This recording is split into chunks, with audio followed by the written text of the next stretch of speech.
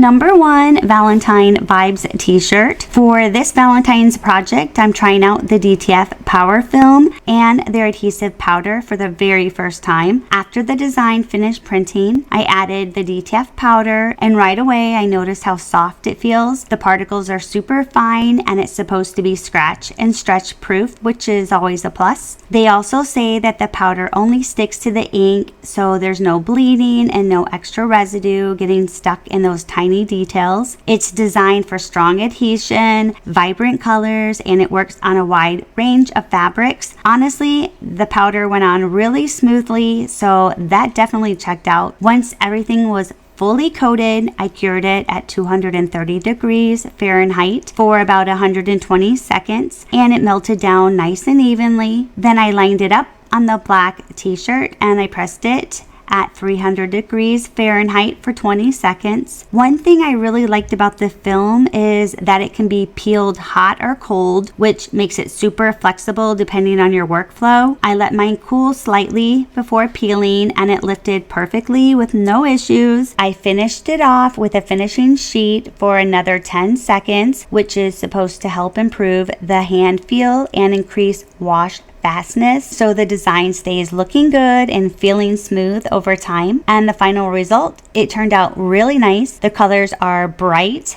and the fabric feels super soft, and the whole design has the perfect Valentine vibe. For a first run with this film and powder, I'm honestly really happy, and I love the way it turned out. Number 2 is a Valentine oven mitt, pot holder, and a kitchen towel set, and everything for this one came straight from the Dollar Tree. I also picked up a package of Betty Crocker peanut butter cookie mix, a spatula, and some Valentine ribbon to turn this into a complete little gift. This project was so easy. I just printed the design, added the adhesive powder, cured it, and then pressed it onto each piece. Once everything was done, I arranged the cookie mix and the spatula inside the oven mitt and tied it all together with a bow. It came together so cute, and it makes a perfect Valentine's gift for pretty much anyone. Number 3, the Valentine's Day Vibes Burlap tote bag. This project was a lot of fun, and I think it turned out so cute.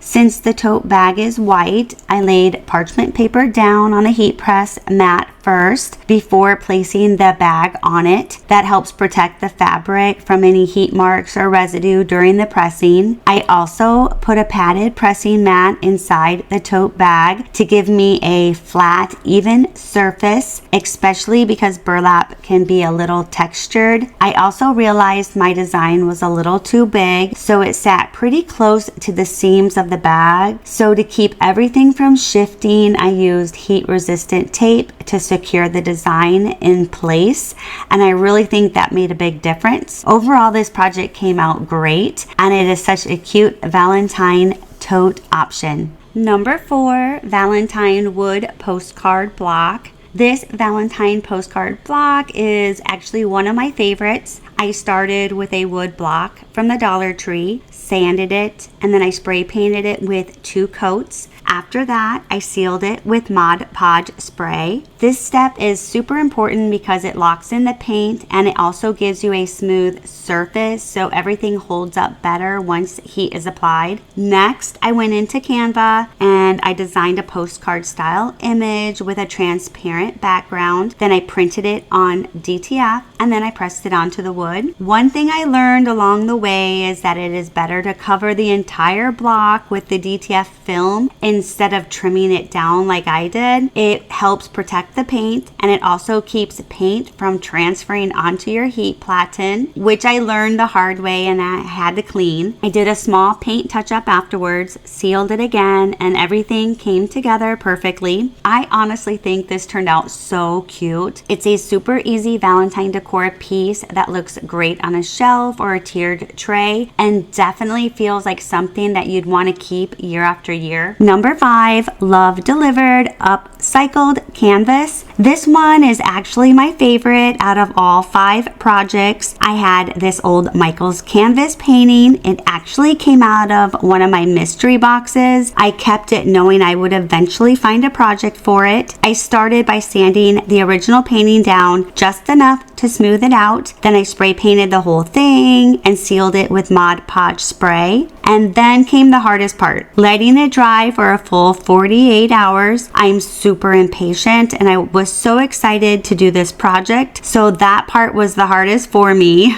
You can wait 24 hours, but just to be safe, I waited 48 hours. While that was drying, I made the design in Canva and downloaded it as a transparent image. Once the canvas was ready, I printed the design onto DTF. This time I left the extra film to cover the entire image so paint didn't get on my heat press. So for this one, instead of using a heat press, I actually used my Cricut press. The canvas sits just a little lower than the wood frame, and I thought it would be a lot easier to make sure everything was pressed evenly. I set the temperature to 300 degrees in 25 seconds, and I did it in sections. I also used a mini press in certain areas just to touch up spots that needed a little extra heat. At the very end, I did a final spray of the Mod Podge just to seal it. I totally love this Love Delivered canvas for Valentine's Day decor, and I actually think it's perfect for year-round as well. I hope you guys enjoyed today's video and that it inspires you to try one of these projects. I'd love to know which one was your favorite.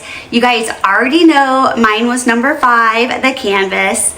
So comment below, let me know which one you liked the most. I also really liked the DTF Powers Hot Cold Peel Film. It's nice having both options, and their adhesive powder and finishing sheet worked really well too. So if you're interested in trying them out, I'll leave the link in the descriptions below. Other than that, thanks for watching, guys. I'll see you in the next one. Bye.